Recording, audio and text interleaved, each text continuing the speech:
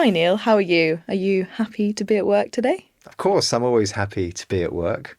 Great. Well, today we are talking about dream jobs. Obviously, this job is amazing, but we're going to talk about some different jobs we'd like to do. Sounds good. Shall we start? Yes. So, Georgie, when you were a child, what did you want to do when you grew up? What was your dream job? Well, when I was really little, about 5 or 6, I remember telling people that I wanted to be a princess. When I realised that wasn't going to be possible for me, my next dream was to be a pop star because my friends and I used to write songs and perform in front of our parents, and I thought that would be really fun.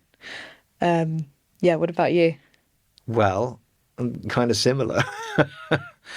I think actually when I was a child, I thought that being a professional sportsman would be fantastic. Either a footballer or a cricketer. What went wrong? I'm not good enough. I learned that lesson. But also I wanted, when I got a little bit older, sort of teenage, and started playing guitar, I thought, yeah, maybe a rock star would be the thing for me. So, Neil, obviously you are not a rock star, but how or when did you decide to become an English teacher instead? Well, when I finished university, I wanted to travel more than anything else, and I wanted to live in foreign countries, not just go on holiday. And I thought a good way to do that would be to become an English teacher. Yeah, I have a similar story. It was the same thing for me. I just wanted to live abroad. Georgie, what is important to you about your job now?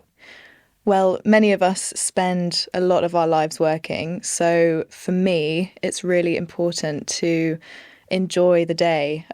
We work 9 to 5. It's a lot of hours in the day. It's really important to me to have a nice team that you can have fun with. It's also really important for me to feel like I'm giving something good or doing a good job. What about you? Yeah, I think it's important to feel that you're doing something useful. So hopefully our conversations like this are useful for people because they can learn something, and I like that. Yeah, me too. So, Neil, if you didn't have to worry about money or anything else, what would your dream job be? I think I know the answer already. Yeah, well, you said earlier that I didn't become a rock star, but there is still a future. And, you know, if I didn't have to work, I could just follow my dream. How about you? I think if I didn't do this job, I would like to be a travel photographer or someone that makes documentaries. I really love those nature documentaries, and it would be very fun to be involved in those. Yes, that sounds like it would be amazing.